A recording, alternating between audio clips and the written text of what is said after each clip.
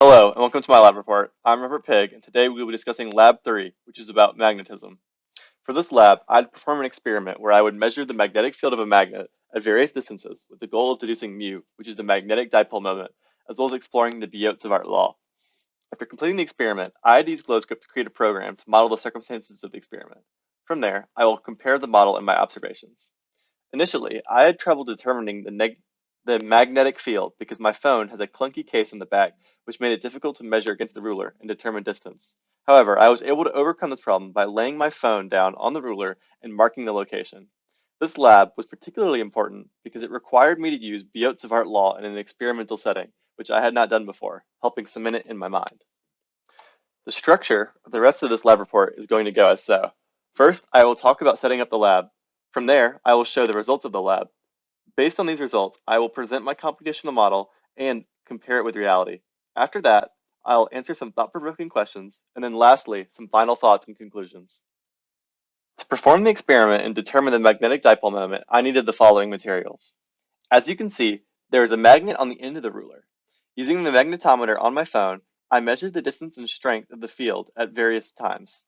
While measuring the field, I made several observations, which are detailed on the next slide.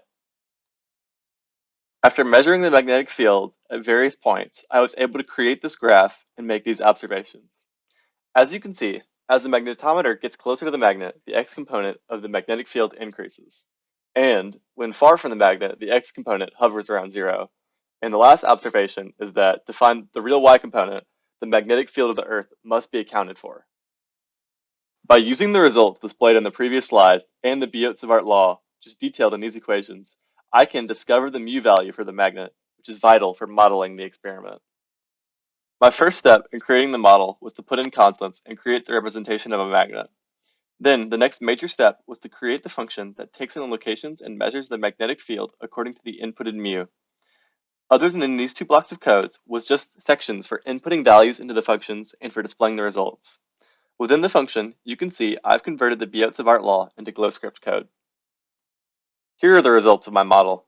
In the picture, the silver cylinder represents the magnet, the red arrows show the magnitude of the magnetic field perpendicular to the magnet, the yellow arrows show the field on axis to the magnet, and the small white arrow in the top right is the field at 45 degrees.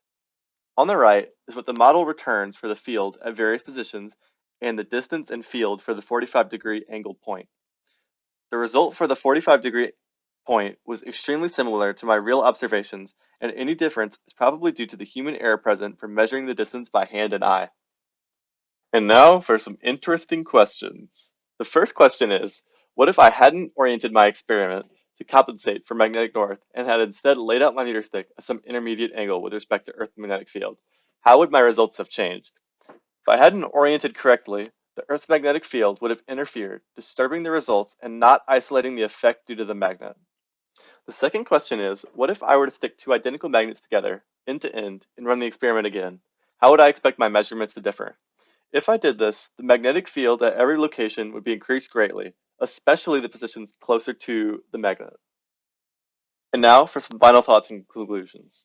This lab was extremely difficult for me. The setup for measuring the distances was extremely unwieldy, and the large case on my phone made it difficult too. But after some practice and deliberation, I was able to overcome this. This lab was also extremely useful because it required use of the Biot-Savart law, which will be very helpful in the incoming weeks. Thanks for watching my lab. Bye.